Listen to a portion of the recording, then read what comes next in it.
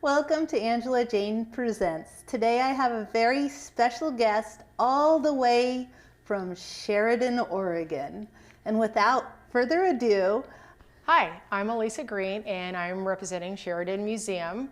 We're located on Bridge Street in downtown Sheridan. We're open every Saturday from 10 to 3 and we would love for you to come down and take a look at what we offer. Admission is free, however, donations of course are always gladly accepted. I brought a few items today just to kind of show you what we have.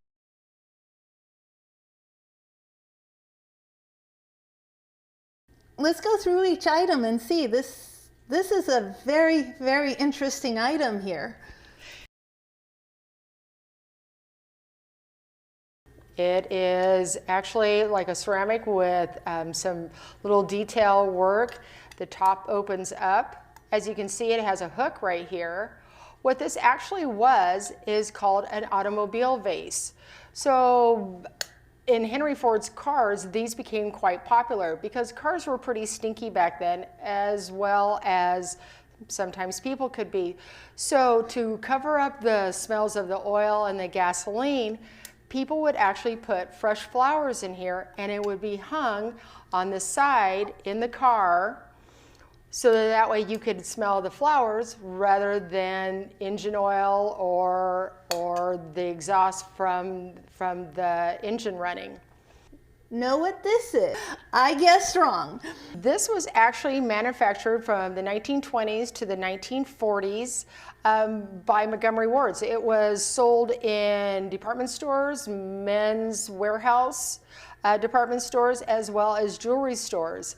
And if you take it out, what you find is that it is a men's razor. It was called a vest pocket because it was small enough to fit in a men's vest.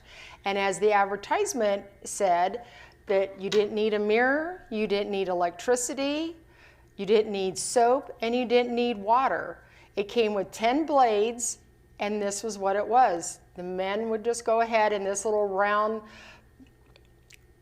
drum-like thing. They would just roll it on their face, just like this, to get a quick shave. And I also brought a little advertisement, which I thought was kind of funny because it says that this is the best gift and the best idea since the face. So I noticed there's some getting hungry because it's about that time. I see a little bit of toast there. So let me know about the toast. You bet. So before, when people would make bread, toast wasn't available. So I guess you could have, made toast over the campfire, but the toaster was actually a huge invention that people just decided that they really enjoyed. They first started off that they were just set over on a fire stove and it was heated up. But however, as you can see, it doesn't have any of the little pop-ups like you do now. The toast would come up. No, at that time you opened it up and it was run by a single wire. As you can see here, you would actually place your toast. I brought raisin bread because it's my favorite. You would place it here, bring the toast up, and then you would wait until it was done. However, unlike the toasters nowadays, it only toasted one side at a time. So then you would take it out, turn it over, and put it back in to wait for your toast. So how many minutes did you have to wait, or how long did it take? It just kind of depends because this one, as you can see, was run by electricity. Electricity wasn't overly efficient at that time, so we're not talking like seconds. We're talking probably, maybe 1 to 2 minutes, depending on what kind of current you actually had in your home. This one's kind of special because you can do 2 pieces of bread at the same time. This one is considered fancy because of the cutouts. Some of them were just plain. It would just have just the plain. It wouldn't have any of these little cutouts done to it. So, and then at the time I brought a little advertisement. So when this was sold in the 20s or the 30s, it cost about $1.30. Wow. Yep, so pretty simple, made mostly of tin. It's not very heavy. And bring our toast over on this side. And yeah, and so then like I said, then you would just take your toast out, put it on your plate, butter it, and there you are. Tell me about the jar. So butter churns were huge. They first started off, actually butter churns have been around for probably a good 1,000 or 2,000 years. But most people remember, like if you watch Westerns, you'll see the wooden one with like the paddle, and the motion was up and down. These were really good for the pioneers when they came over on their westward travel, because what they would do is they would attach the churn to the outside of their wagon or buggy, and just the motion, the rocking and the bumping of the road going through would actually turn the butter for them.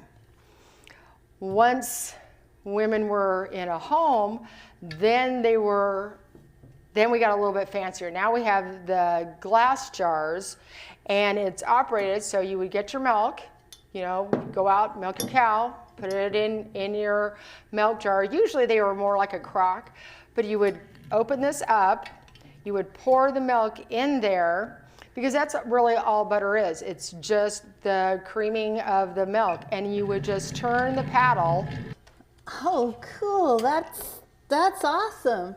Okay, the others I figure have to do a little bit of work, so that's where housewives get really good and get the muscles. Hey guys. What do ladies like? Dresses, right? Yes, exactly. So we'll go over to the dress. So this is a typical dress that the pioneer women would wear. Unlike women today, they did not have a closet full of clothes. They usually had two dresses. They would have their everyday dress. Okay, tell me about the dress. So this is a typical pioneer dress. And of course, you have to have your bonnet. The bonnet was not only stylish, but it also provided a lot of sun protection. Now, how did they make it stiff like that? So lots of times they would use like a stiff, almost kind of like a cardboard, but it wasn't as thick as that. It's just kind of like a backing board, what they called. Kind of like felt, hard felt? Kind of like a hard felt. Like the cowboy hats would be done? Exactly. Something like that. And then cover it with material. And then cover it with material. Oh. Exactly. And then of course, you would have the long ribbon because, sometimes you didn't always want it on your head, so that way, but you didn't want to lose it, so you could push it down, and you would have the ribbon to make sure that you did not lose it on the trail. Women would just have a small, what they called a lap sewing box, and it would have. Do you have one of those at the museum? We do, as a matter of fact. That would be interesting to see. Yeah. So you'll have to come down and take a look. Okay, so some of the items from the museum, in traveling out to Sheridan, I got a chance to go out to Sheridan and see all the different items they had there. It was very, very interesting, and a lot of ideas too, just because I'm a hand crafter. And so it's really, really neat to see this stuff actually survive the test of time. What's your favorite part? How many travelers do you get to see over at the Sheridan Museum? We actually get quite a few visitors. Sometimes, in fact, here just a couple weeks ago, we had some people come from Canada. Yep, set up as a shop. Oh, okay, set up as a shop. As a shop. The little schoolroom with the desk, they have the slates that the kids would work on. Okay, so I hear you have events coming up. What events do you have coming up that the public can come and go to the end of this year? So this October 28th, this Saturday, starting at 1 o'clock, we have Local History by Dennis Worth, who is talking. His family has been in this area for generations. He is talking just about the local history, folklore, and just little tidbits of our area. We also are offering one on Buck Hollow Cemetery from Sage Baller on a local cemetery in our area. We've also have Mike Full, who is doing the Pleistocene, which is made Yamhill County pretty famous with all his finds in the Yamhill River. And then we also have a speaker coming to talk to us about all of our one-room schoolhouses that existed over time. I was surprised to find out that in the West Valley there was as many as 30. I want to thank our guest here for coming all the way from Sheridan. And also, if any of you have any questions, be sure to stop by the Sheridan Museum. And I'll have the hours at the end of the show when they're open and a contact for them if you want even more information. But it is a really neat place to kind of go back through time, and I can say that because for me, that's what it was. The key is the mystery. Gotcha. So there is some mystery items I'm not sure about, but I want more on that. Anyways, thank you so much for coming and sharing with us. Absolutely, it was my pleasure.